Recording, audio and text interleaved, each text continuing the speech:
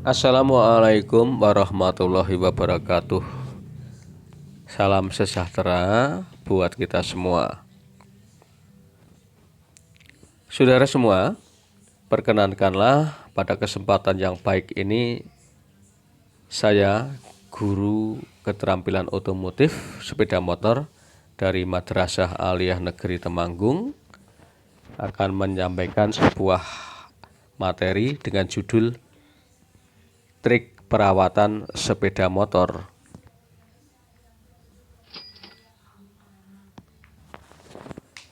Sekarang alat transportasi sudah bermacam-macam.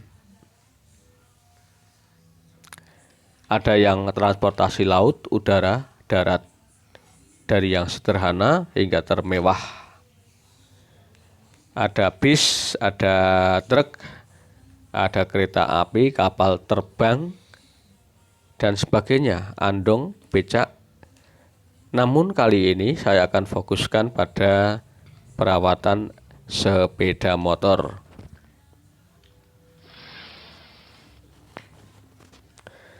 Kita tahu bahwa sepeda motor merupakan alat transportasi yang sangat fleksibel, sehingga ini sangat berkembang. Bisa kita pantau di jalan raya maupun di tempat-tempat parkir. Jenis corak sepeda motor sangat beragam.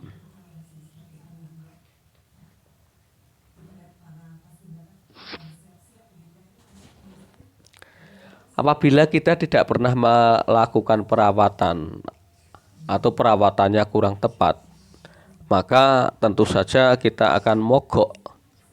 Inginkah kita terjadi mogok di jalan? Jawabannya pasti tidak mau, nggak mau. Mengapa? Malu, repot, dan kita bisa terlambat. Apa saja yang menyebabkan sepeda motor itu mogok? Bermacam-macam.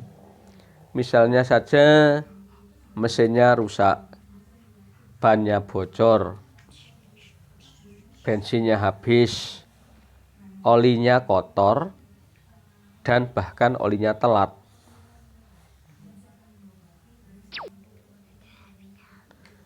Kita bahas mengenai oli. Oli merupakan pelumas, pelicin, dan pendingin. Sehingga dengan penggunaan oli yang tepat dan baik, serta jangka waktu yang memenuhi syarat, oli akan memperawet mesin. Penggunaan oli pada sepeda motor maksimal adalah 3.000 km jarak tempuhnya. Jika lebih dari 3.000 km akan memungkinkan terjadinya kendaraan itu cepat rusak karena sifat olinya sudah berubah. Untuk itu, oli perlu dilakukan penggantian secara rutin berdasarkan jarak tempuh, bukan berdasarkan hari, minggu, atau bulan, bahkan tahun. Untuk itu, speedometer harus senantiasa bagus. Angka-angka bisa berfungsi pada argometernya. Bila perlu, kita catat tanggal kapan kita ganti oli dan berapa angka kilometer pada argometer tertera. Apabila sudah menempuh sekitar 2.500 km, maka kita siap-siap untuk mengganti oli mesin. Ban merupakan hal yang cukup penting. Maka dari itu, setiap kita akan berangkat bekerja, ban perlu dicek. Apakah bocor, apakah kempes kurang angin, ini perlu kita pompa. Selebihnya kita harus lihat juga kondisi ban, apakah sudah licin atau gundul. Sebab ban yang gundul atau licin juga akan sangat membahayakan dalam pengendaraan. Untuk itulah kita harus selalu siap-siap menabung uang sebagai investasi penggantian ban. Bensin.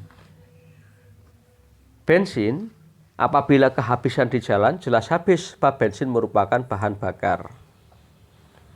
Untuk karena itu, level dari jarum penunjuk habis dan penuhnya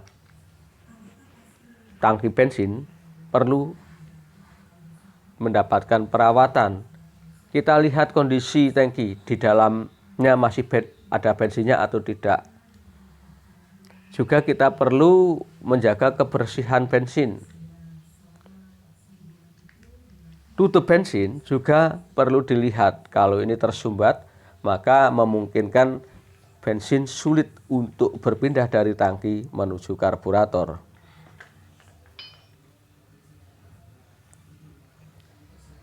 Filter karburator. Kita jangan anggap sepele dengan filter karburator ini, sebab filter karburator ini berfungsi sebagai penyaring udara.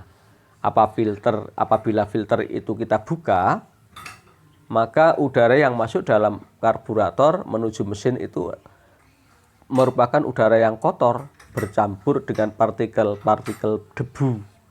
Nah, karena gerakan shaker naik turun dengan sangat cepat, partikel debu tersebut akan berfungsi sebagai amplas atau ambril, sehingga umur dari shaker akan tidak awet.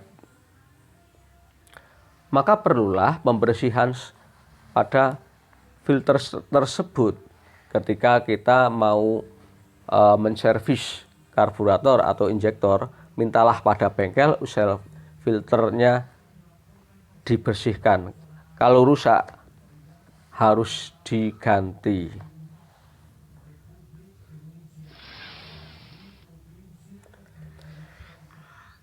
Jarak bebas rem kaki. Rem merupakan pengendali yang utama. Jika rem blong tidak makan, maka ini sangat membahayakan. Kita tidak bisa mengendalikan laju kendaraan dengan baik. Kita bisa menyetel jarak bebas rem kaki sekitar 2 hingga 3 cm, tergantung dari panjang telapak kaki kita. Jika pengereman sudah tidak pakem, terdengar suara yang ngak-ngik-ngik, maka perlu diadakan pembersihan. Kalau perlu, kita ganti kanvasnya.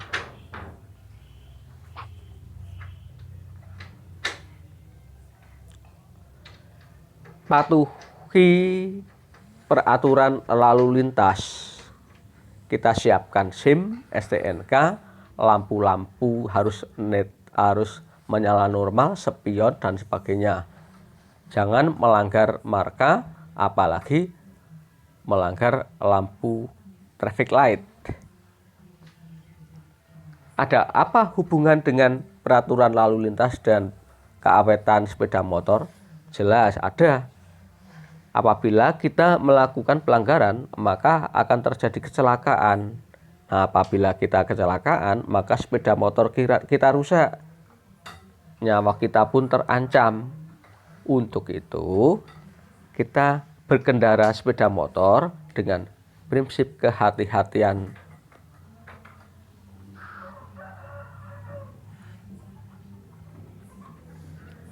Apakah kita boleh melakukan setengah kopling? Melakukan setengah kopling yang berkali-kali ini justru akan merusak kondisi kopling di dalam. Sebab di dalam mesin, kopling itu terdiri dari banyak komponen. Ada clutch outer drum, ada center clutch, ada springs, ada friction plate, ada steel plate dan sebagainya. Fungsi kopling utamanya adalah memperhalus putaran ketika kita berpindah gigi dari gigi yang satu ke gigi yang lain. Apabila kita sering bermain dengan setengah kopling, maka permukaan kampas kopling akan segera habis, sehingga mesin cepat panas namun tenaga kurang. Laju kendaraan tidak sesuai dengan putaran mesin. Inilah gejala dari kopling selip.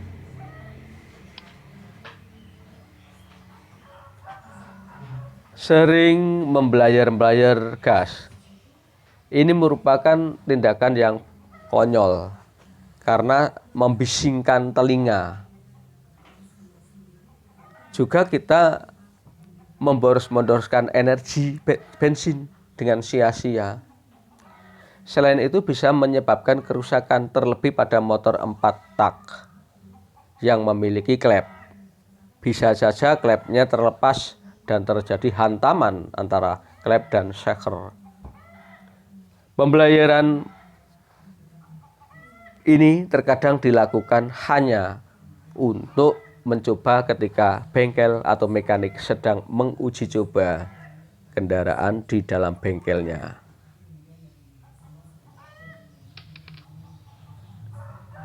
Mengecek aki. Tentu saja aki ini berfungsi sebagai penyimpan energi listrik. Dengan aki, maka semua peralatan elektronik pada sepeda motor akan terkendali. Bahkan motor-motor sekarang, peranan aki sangat penting karena dipergunakan misalnya digunakan untuk mengendalikan FV pada injektor, CDI, dan sebagainya. Perawatannya, apabila kita menggunakan aki yang basah, maka secara rutin kita perlu mengecek. Apabila air akinya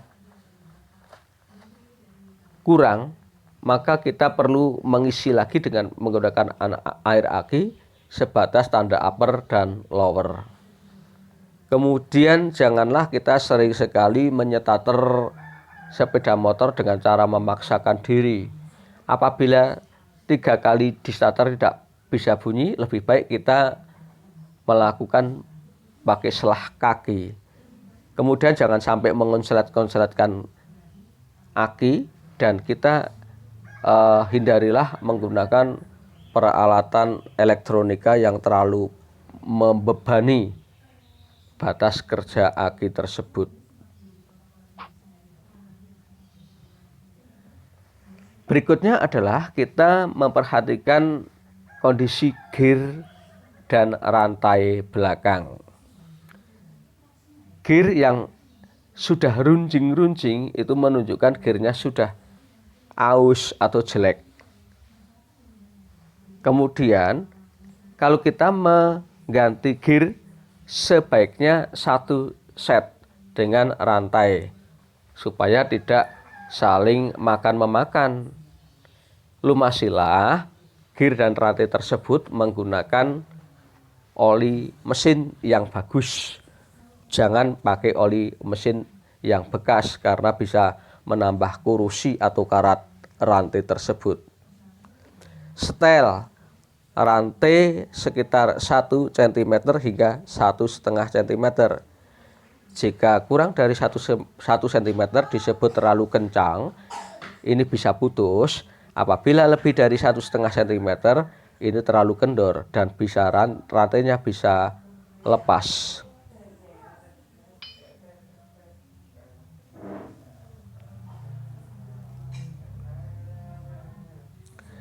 Kita harus disiplin mematikan kunci kontak.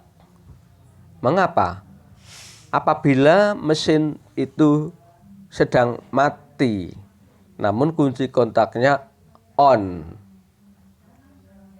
maka dalam kondisi ini akan terjadi aliran arus listrik yang terus-menerus dari aki menuju peralatan, misalnya CDI atau injektor dan sebagainya, masuk ke aki lagi, ke rangkaian lain, masuk ke aki lagi, dan seterusnya.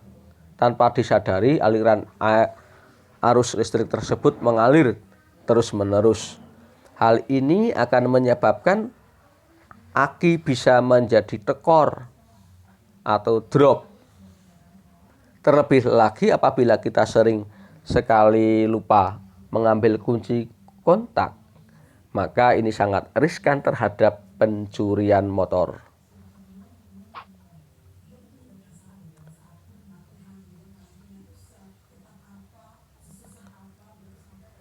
Bagaimana apabila motor injeksi kehabisan bensin di jalan?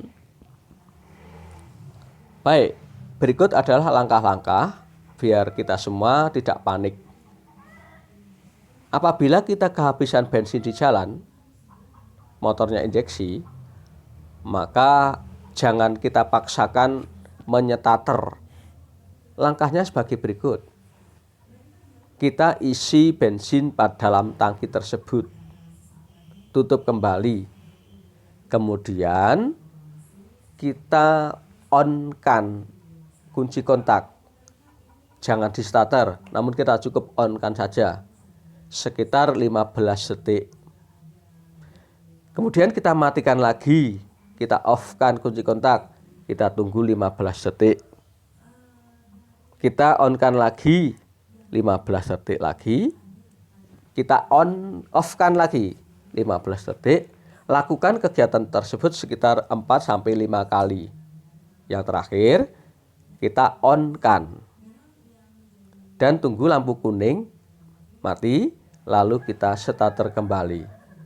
Mengapa hal ini dilakukan? Karena dengan cara yang seperti tadi, ini menghilangkan gelembung-gelembung udara pada saat bensin tersebut habis. Karena kerja injektor tersebut didorong oleh pompa injektor.